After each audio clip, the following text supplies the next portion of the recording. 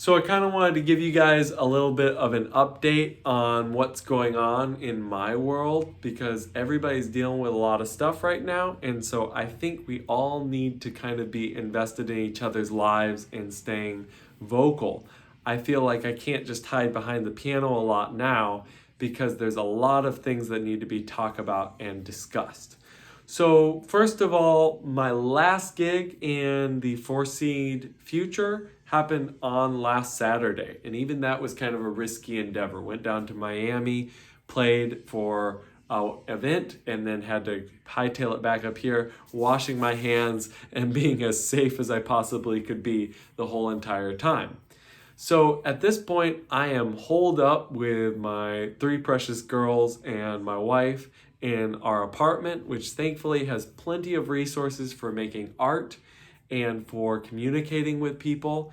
And we have a lot of different resources to pull from in this time because we were saving for different things and now they're being used for this. And again, it's an adjustment period. We're trying to figure out how to virtual teach because that's a thing that we're going to have to do a lot now instead of in-person teaching. If you're interested in that, please hit me up in any of the things that I have below for messaging. Also, I'm setting up a Patreon. Now, the Patreon is not necessarily for online lessons, although you can do that a little bit. It's actually for if you're looking to support me in making more content that you can engage with on YouTube. So I was going to have a tier that I was thinking specifically a lot of people would be interested in, where you can be paying me just a small monthly fee, and then you can use that to get early access for a tutorial / cover video. I don't do very many tutorials right now, so that would get me into that market. And also there would be some resources that would go along with that, as well as maybe just a private community that you can discuss different things.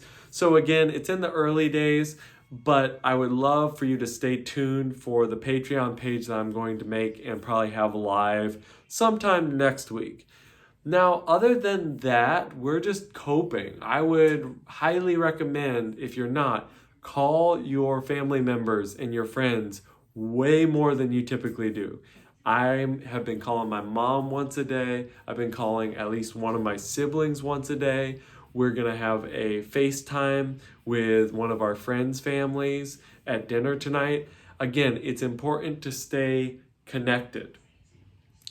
This brings me to the other portion of this. Now, basically, we've got two different things going on, at least in the United States. We have people who have jobs that are perfectly secure because of the nature of them. They either can be conducted online or they're essential and you have to do them. For those people, first of all, I want to say thank you because you keep the whole world running and we all benefit from the fact that you're still working. But I also want to say we need to adapt if you're in those positions to continue and adjust for this new normal. Because if you're working from home, that means that you're not receiving the same level of support and change of scenery. So you might want to decide to dedicate part of your home as a segmented home office. That's actually what we're going to do.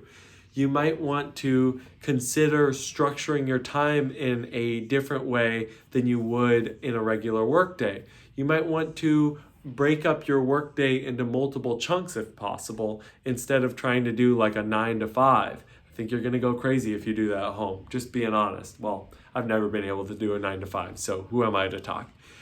Anyway, there is a second category though, and this is the one that is more near and dear to my heart because this is the category I'm in, and that is non-essential jobs and jobs that are more difficult to work from home. Now, I kind of am a mix because I do teach and that you can do from home. And I also, of course, make videos. So I am able to do those things, but a lot of my main income was performing live. And that is toast at this point.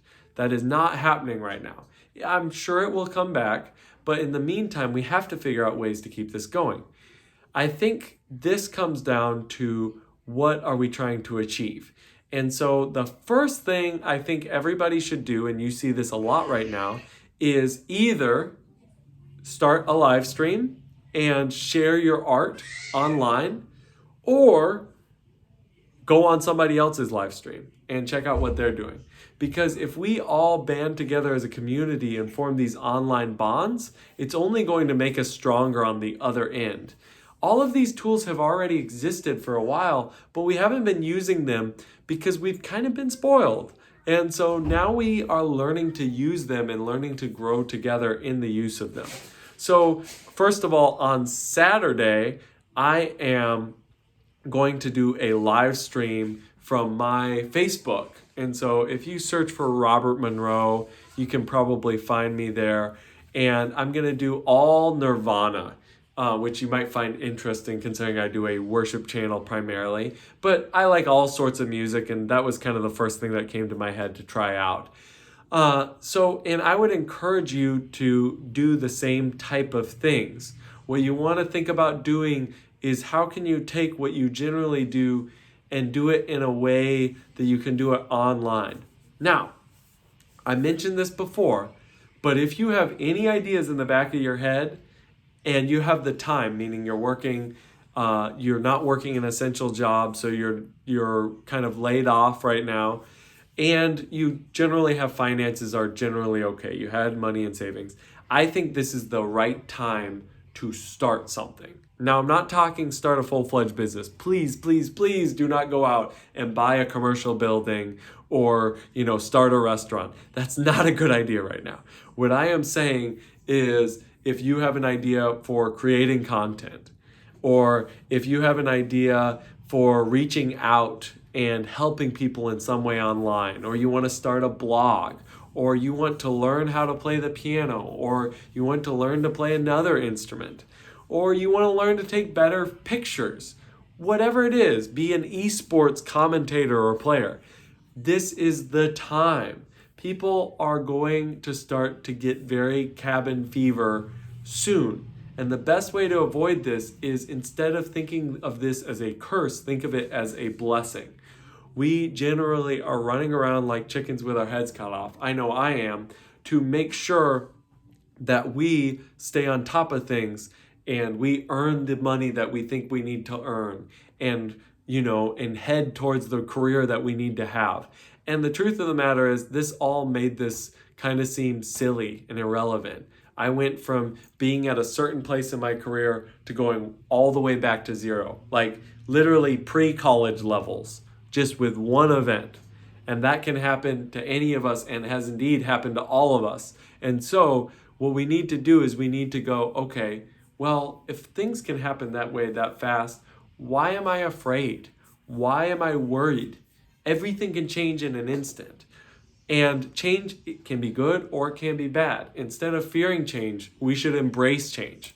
So go out there, try things, do different things. I know I've mentioned this before, but I felt like I needed to mention it again, since this is becoming kind of what we're all going to have to be in for the long haul at this point. So anyway, comment below about what you're thinking about doing.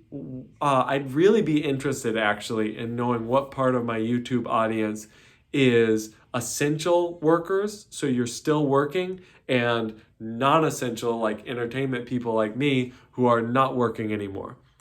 And hope everyone is doing well, and God bless.